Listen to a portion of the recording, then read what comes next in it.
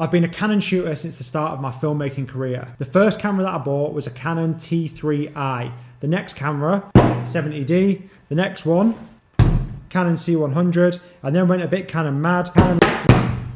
But about a year ago, Sony released the A7 III and I looked at it and it really tickled my fancy. It gave me a little bit of a semi, so I bought it. And then today happened and Sony released their compact cinema camera, the SONY FX6. Now this is one hell of a camera. So today I've decided I'm going to sell all of my Canon gear and move completely to Sony, and here are the reasons why.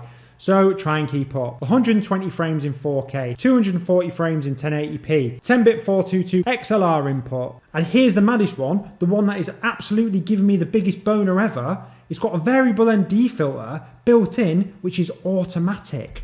What the fuck? That's why I'm moving from Canon to Sony in 60 seconds. Goodbye.